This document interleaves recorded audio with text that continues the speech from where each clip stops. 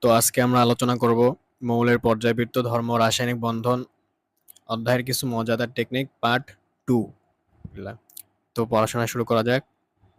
তো আজকে আমরা দেখব আরো কিছু মজাদার টেকনিক যেগুলোর মাধ্যমে আমরা বিভিন্ন তথ্য উপাত্ত সহজেই মনে রাখতে পারি। তো যারা পার্ট 1 দেখোনি দেখে নিও, ডেসক্রিপশনে লিংক দিয়ে দেব। তো শুরু করা যাক। তো এখানে হচ্ছে প্রথমেই ছুরি দিয়ে কাটা যায় একটা মৌল, সেটা হচ্ছে সোডিয়াম। তো এটা মুখস্থ করে রাখা যায় অথবা এভাবে মনে রাখা যায় যে ছুরিকে ইংলিশে কি বলা হয়? নাইফ বলা হয়। তো নাইফের না দিয়ে সোডিয়াম বা Na, সোডিয়ামের সংকেত Na, এভাবে মনে রাখা যায়। তারপরে SOP ব্লকের মৌলসমূহকে আদর্শ বা প্রতিনিধি মৌল বলা হয়। এটা আমরা এভাবে মনে রাখতে পারি ট্রিকের মাধ্যমে যে SP পুলিশ আদর্শবান ও প্রতিনিধি। আমরা এটা মনে রাখবো যে SP পুলিশ হচ্ছে কি আদর্শবান ও প্রতিনিধি। এর SP মানে S ব্লক, পিতে পি ব্লক বা SOP ব্লকের মৌলসমূহকে আদর্শ বা প্রতিনিধি মৌল বলা হয়। তারপরে সবচেয়ে হালকা গ্যাস হচ্ছে হাইড্রোজেন। তো এটা মনে রাখবো কিভাবে? হালকাতে হা আছে, হাইড্রোজেনে হা আছে। সবচেয়ে হালকা গ্যাস কি? হাইড্রোজেন। ডুবুরি গণের অক্সিজেন সিলিন্ডারে হিলিয়াম থাকে 80%, অক্সিজেন থাকে 20%। তো এটা উল্টাপাল্টা হওয়ার সম্ভাবনা থাকে যে কোনটি কত পার্সেন্ট থাকে, হিলিয়াম 20% না অক্সিজেন 20%। তো এটা মনে রাখতে হলে যে অক্সিজেনের নিচে 2 আছে আর 20 এখানে 2 আছে।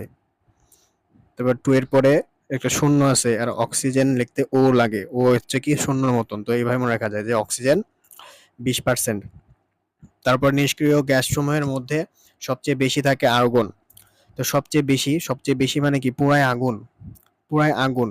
সবচেয়ে বেশি মানে হচ্ছে কি পুরাই আগুন, আর আগুন দিয়ে মানে আগুন মানে আর্গন। তো এইভাবে সহজে মনে রাখা যায়। তারপরে সর্বপ্রথম পর্যায় সারণী তৈরি করেন মেন্ডেলিভ। এটার ট্রিক হচ্ছে যে সর্বপ্রথম তাই মেডেল পাই। কোনো কিছু যখন কেউ সর্বপ্রথম আবিষ্কার করে বা সর্বপ্রথম তৈরি করে তখন তাকে কি দেওয়া হয়? মেডেল দেওয়া হয়, নোবেল প্রদান করা হয়। তো মেডেল দিয়ে মনে রাখবো মেন্ডেলিভ সর্বপ্রথম পর্যায় সারণী তৈরি করে মেন্ডেলিভ। তারপর মেন্ডেলিভের পর্যায় সারণীর কয়টি মূল ছিল? 63টি মূল ছিল এবং 12টি পর্যায় ছিল আর 8টি গ্রুপ ছিল। তো এটা আমরা এইভাবে মনে রাখবো যে মেন্ডেলিভ কি করেছিল? 63 বার চেষ্টা করেছিল এবং আবারও চেষ্টা করেছিল। আবারও দিয়ে আতে হচ্ছে 8টি গ্রুপ আর 12 দিয়ে হচ্ছে কি 12টি পর্যায়।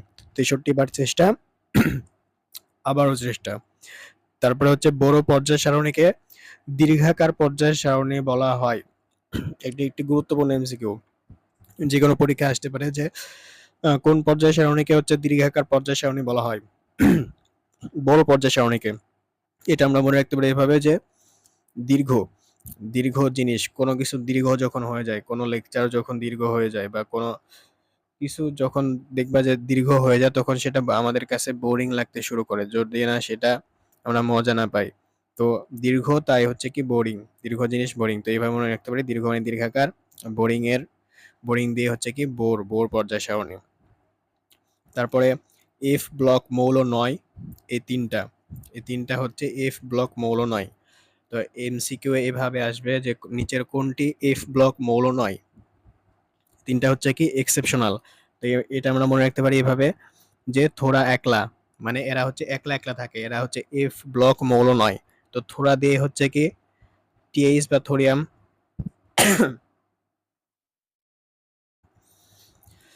তারপর AC এক দিয়ে হচ্ছে AC আর লা দিয়ে হচ্ছে কি যে এটা।